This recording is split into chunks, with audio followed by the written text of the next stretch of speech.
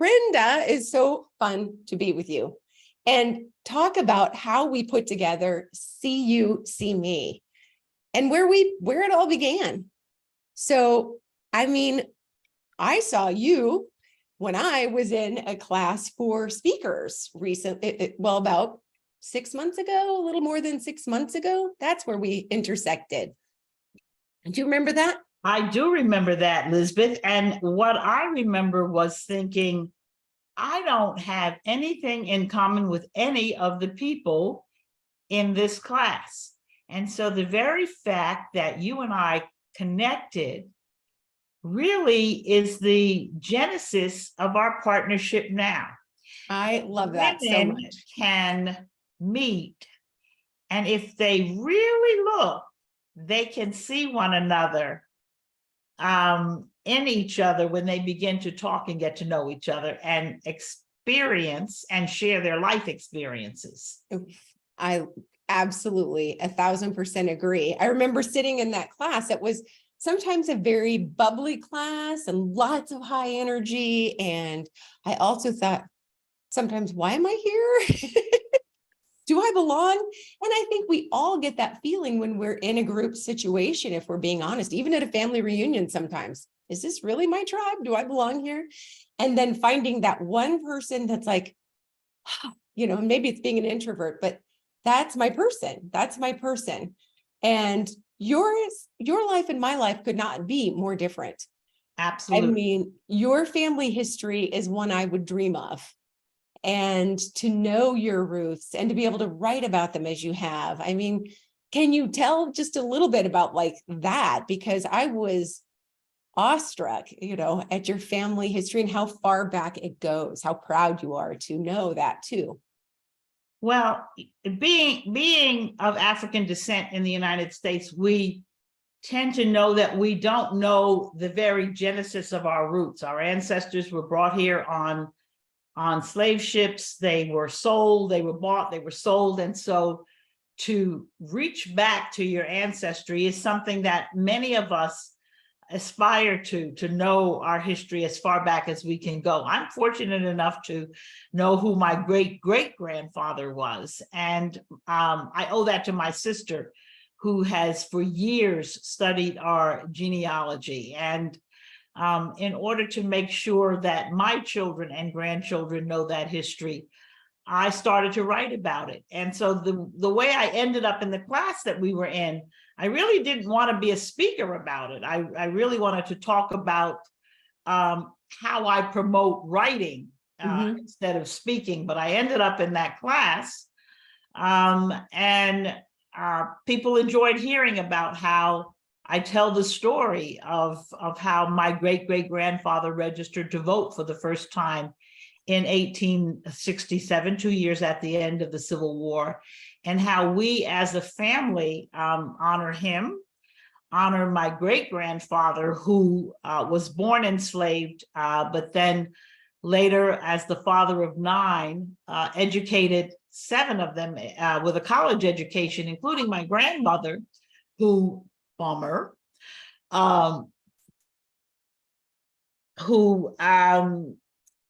he was insistent, based on my great-grandmother, that his girls receive an education and not just his boys. So I'm a raging feminist when it comes to women being empowered as well. And so that's important to me. And I think that resonates with other women, the importance of family, the importance of education. And so when I heard your story, I resonated to a woman struggling to regain the custody of her children, because at the core of family is motherhood. Right. And your story resonated to me. I've never had to struggle with respect to my children or my family, but I could see me doing everything that you did, so I could see you and see me. That's right. And I think you should tell people a little bit about your story. I love that. And I think one thing I was so excited about your story was just how important education was in your family, and that sacrifice was made for children from it was your great grandfather, correct? your great grandfather. That's so important because education is the one thing no one can take from you. It's the only thing. And I learned this because when I was young, I grew up in more of a bumpy household. I didn't know my dad until I was 20. I looked him up through an attorney. And that's much different than your life. So I always had this sense of like, who am I really? It feels like the person that I'm raised in the home with who says he's my father isn't. And it feels like some of the kids that I'm being raised with, I just feel very different than them. And so I struggled with that. And then I was later informed that, yes, I didn't have my dad. I didn't grow up with my real dad. He was out there somewhere. I met him through a lawyer, and I was so glad to do it when I was 20. I was raised in Alaska. He was in Kentucky, old country Kentucky, not regular Louisville or something like that, very country. And I was ecstatic to know that I had a lot of siblings that I hadn't even known about, aunts and uncles. I'm from two parents who dropped out of high school, and they're very smart, hardworking parents. They didn't have the opportunity to finish high school, and each married and divorced, had kids, weren't necessarily fully present in their kids' life or at all present in some of their kids' lives. So it was a lot of chaos. I'm from a family where I have actually, I was one of a dozen between the two of them, and didn't meet all of my siblings. So I was in my 50s. And so it's so very different. But the one thing that was very clear to me was when I was very young, and education could be the only thing someone doesn't take from you. And I used to give lectures at colleges when I got out of the battered women's shelter. When I was in my mid-20s, I got a job, got a college degree, and then went to work. And I'd give talks at the university. And I would say, the one thing no one can take from you is your education. They could take your kids, they could take your job, they could take your finances, but your education is yours, and it's community service. And soon after, my children were taken out of country for 2 years. And it was that feeling of, oh my gosh, I've been saying, I knew it was scary to leave a violent relationship, but that was collateral damage I never expected. And I think when I heard your story, one thing that's very similar in our stories is I heard from one of my aunts years later, when I met her. She said her father was very violent. So there's family history in my family of intergenerational violence and trauma, but her father was very violent. And this was way back in the day. Wasn't always the best dad, but one thing he did was he did not allow the boys to finish. Actually, my dad didn't finish grade school. So he had the boys quit school early in the family to help with the farm, but he made sure that the girls finished high school. And so that's kind of interesting. And the thing about women having an education is we parent, we volunteer, we mentor. And so we share that education in ways that isn't always the same with men. Although men, I love for them to have an education. I love to talk about education. As you know, I ended up going into education, and in my family, we laugh and call it the family business. Because so many of us went into education. We're now in many, many fields, but it is the family business because most especially for people of color, it is the way out of poverty, out of other circumstances that impact us in a negative way. And so even those of us who swore at a young age, I'm not going to do it, somehow we ended up in the field. And my grandmother was the first who majored in education at Morris Brown College in Atlanta, Georgia. Wow. But again, because of the circumstances, during the birth of my mother, she suffered brain damage and was not able to continue her career. And her treatment was due to the fact that being Black in Georgia in 1923, she did not get health care. And so we have others who pursued careers in medicine and healthcare because they saw the circumstances of being without care. And so women needing healthcare is a major issue for us. And so again, as we talk to women all around the country, you and I both care a lot about what happens in healthcare. So there's so many issues that True. you and I can talk to women about, be it our health, our education, the way we raise our children, the way that we engage society in the needs of women. We want all women to know that when we really look in the mirror and see ourselves, we see other women. So see me, see you.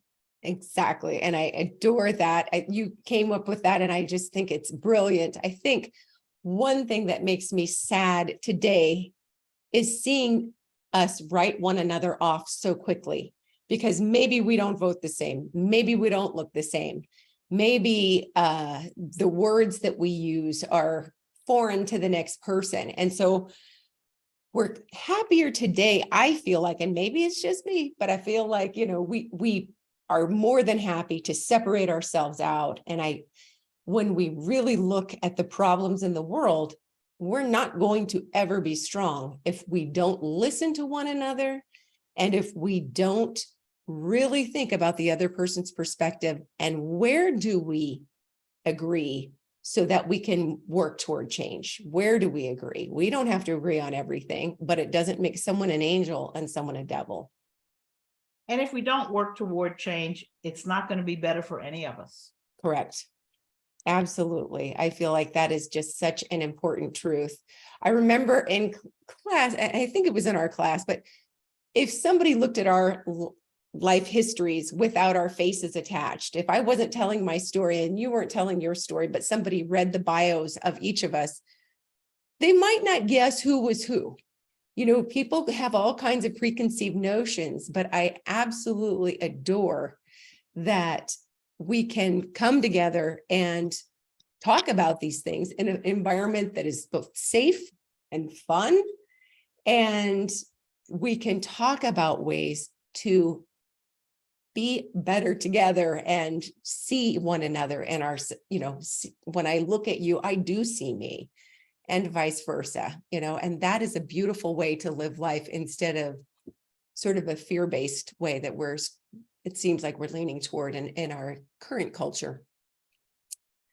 I read something the other day where someone said, if you are around a person with a lot of drama in their life, be careful, they'll draw you into one of their episodes. And I loved it, because that's what can happen if we don't find a way to communicate together and look for solutions instead of adding to the problem. Right. And I think that's why the two of us clicked, because we together were looking for solutions, not opportunities to add to the drama and be in each other's episodes. Right. We're not looking to be little memes on Instagram saying mean things and then logging off real quick. Right. Absolutely. What were the highlights? And there were many in your career. You want to talk a little bit about that? Because your educational career is pretty outstanding. Well, the interesting thing about my career is that I was focused on policy, state education policy. And as a result, I had the opportunity to travel quite a bit internationally and visit 49 of the 50 states. And one of my international trips was to Poland, to the death camps, and to Auschwitz and Birkenau. And when I think back, I realize what happens when people don't communicate, and when they don't see each other, or when they ignore a problem. And the Nazis collected the shoes of their victims. And in one of the death camps, they just had preserved all of the shoes. And there were dance shoes and work shoes and baby shoes. And to look at those shoes and to try and imagine the lives of all those people and what they were doing when they were rounded up, And those are stories, those are people, and those are individuals. And I came back and I did a class for one of my children's class to talk about my trip and to try and integrate it into a math class. How many people would it take to fill RFK Stadium with those shoes? What kind of science class would you teach to talk about the experiments that were done back into education? And it probably was one of the most profound trips I ever took or will ever experience in a lifetime. And it just touched me in a way that nothing ever did, to just see the shoes. And I'll carry it with me forever. Wow, that's beautiful. Yeah. And you, That's in your beautiful. lifetime, what has touched you most? About my work? Yeah. You know, I am so thankful that there was a point after I finished journalism school, I was on welfare, living, on public assistance, and I had a chance to work in pharmaceutical sales or work serving people who were survivors of domestic violence. I naturally chose the thing that made no money, but was so meaningful, choosing to help survivors of domestic violence. And I did that for several years. From there, child abuse investigation, and then 20 years in juvenile probation. I will say that working with people who've suffered from, not all, but a lot have gone through deep, deep trauma, but they've also, if we're still standing, they've come out the other end in some fashion or another. We're all works in progress. It was such an honor to be able to be any part occasionally of that transformation. And also to remind myself, sometimes when you had it a little hard or real hard, sometimes in life, it's easy to think everyone else's lives was easier. What's wrong with me? And anymore, I feel like that message is very pervasive in toxic positive culture online. Young people are looking online and seeing images of people telling them to have a better mindset and look at my vacation and look at how I lost weight and on and on and on. My life is so perfect. And you could feel very excluded. When I worked with people who'd gone through things I couldn't even imagine, it really helped ground me in a way that reminded me life is tough. It's wonderful and it's joyful sometimes, and sometimes it is absolutely not. And we need to create safe environments to have those conversations also to help one another through that. Today, I am a true crime interviewer as well as a speaker and an author, like you're an author. But one thing a surviving victim told me the other day, this man's son had been murdered by two of his friends in school. They literally set it up and killed his son. They said, hey, would you help fix our computer? And he went out and they killed him in the most horrific way. And what he said was, when you look at a tombstone, because it's easy to think about life and just think of the tragedies. He said, but if you look at my son's tombstone or a tombstone, you look at the year, there's a year born, there's the year life ended, but then there's the dash. He said, and my son had an amazing dash. And I think that's what we need to do. We need to make sure all of us are creating space to improve the world and have a fabulous dash. I like that. That was really, really neat. I was so touched by that story, but I have loved the work now, does it get depressing? Yes. I do write and podcast on resilience and things, so there can be that wonderful upside. I absolutely believe in training our minds to be set to try to find positive and things to be grateful for. So it's not like I don't love positivity, but I think that by having these conversations that we'll have about violence in the home sometimes, about you and I, we talk about going to groups, education, about the many different things. They're not always easy conversations, but we'll make them safe. Yeah. Can you tell a little bit about Annie Sestry? Annie Sestry. Well, Yes. Annie's real name is Anne. So if you get the play on word, ancestry. And she's very angry at her parents for naming her Anne when their last name is Sestry. This is your book.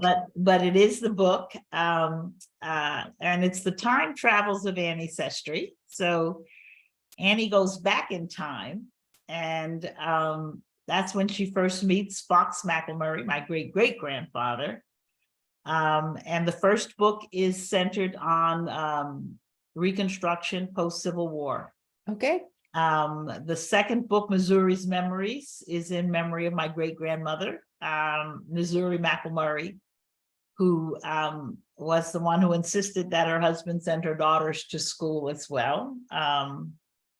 And now I'm working on the third book, and I haven't come up with a title yet. So one day, perhaps we'll ask our listeners, our readers, our participants to help me come up with a title. But Missouri's Memories is during the Jim Crow era. Okay. So the books are fun. I love them. They're geared toward middle and early high school students. I've had the best reactions from students. But adults say they've learned a lot. I learned a lot doing the research. I thought I knew things, and you can always learn. And so That's right. the books are they are now my babies, and the characters are based after my grandchildren's personalities. So based on Riley, who is my oldest grandchild, and they love having the books based on their personalities. So it's beautiful. What a great legacy also that you're giving them. I mean, what a beautiful thing. And I wrote also my memoir, Pieces of Me, Rescuing My Kidnapped Daughters, and forthcoming Grounded in Grit, Turn Your Challenges into Superpowers comes out on August 11th. Exciting. Thank you. But that's more about, it really is more about the events that I went to promoting my first book. People wanted to know, how is it that what helped you during hard time? What helps us? Do you have any tips or things? And so it wasn't just from me, but clients and podcast guests from the past. So I'm excited about it. It's just another way. I feel like people really relate to story. And that's another wonderful thing that you can offer your heart and allow someone else to inadvertently share their own story when you're willing to share yours. Yes. So I'm excited about that. Well, I think this is going to be so much fun. And to remind people, you also speak and love speaking at colleges and at high schools and grade schools also. Am I correct? I do. So individually, that's a superpower of yours because you have so many years in it. And I love speaking to civic groups, universities, and actually moving on to businesses with some workshops on how to move through really difficult times, but not lose your job, not lose your way, not lose your compass while life throws you for a loop. So anyway, I'm so glad that we met in class. Brenda Welburn, it's great to have you, and thank you for this time.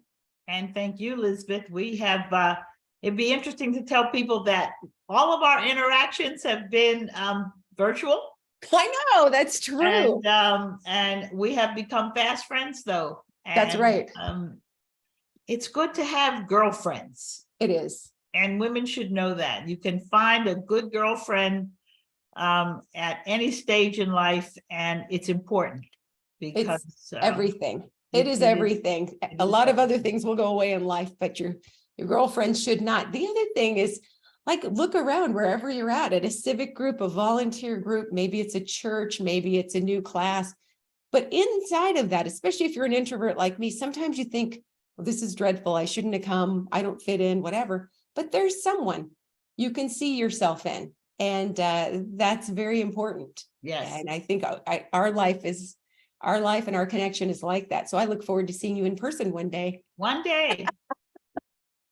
Thank you. All right. Thank you. We'll sign off. Hold on one little second.